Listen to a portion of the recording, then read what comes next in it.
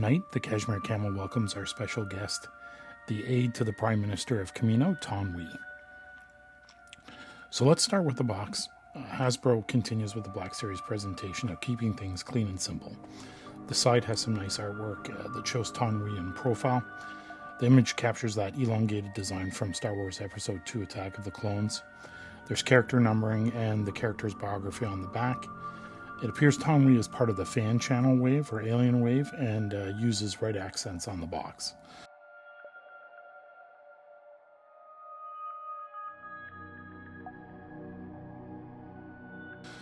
The unboxing experience itself is basic, with just Taun We and her tablet packed inside the box.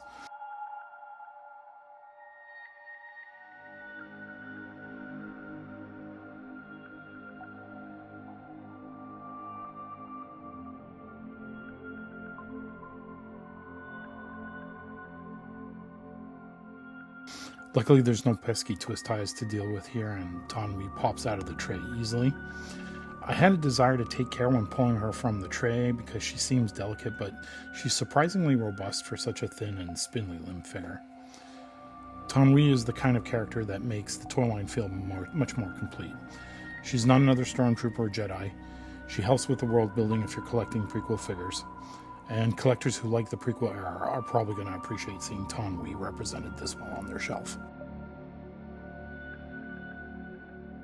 Sculpt work is impressive. The proportions are accurate and alien looking without feeling overly fragile. The paint application is simple, and I mean that in a good way. Hasbro didn't overcomplicate the figure. The gradients in the eyes help avoid that flat paint look. The cloth skirt features clean lines. There's also a nice separation between the fabric sections and plastic, which helps the lighter color stand out under light. The hands are delicate and spidery, which really matches the rest of the character anyway. Looking at the figure overall, it has kind of an eerie calmness that matches the surreal atmosphere of the cloning scenes on Camino. The figure has a long neck, a narrow face, and subtle facial detailing that sells Taun We's diplomatic appearance. She almost looks a bit like the drawings you see of Greys.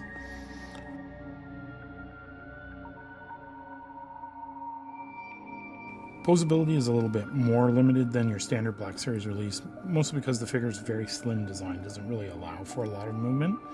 This is definitely more of a display piece than a play-heavy figure, but for what she's meant, which is look cool on the shelf, it works. Accessories are almost non-existent here, with just a simple tablet that seems to only really work on her left hand. Having said that, this character was never going to be an accessory-heavy powerhouse anyway. So tonight, the Cashmere Camel thanks Taun We for crossing the galaxy to join us here in the club. If you enjoyed this review, please subscribe for more retro-inspired toy spotlights from across the galaxy and obviously closer to home. And we'll see you at the Camel for our next guest visit.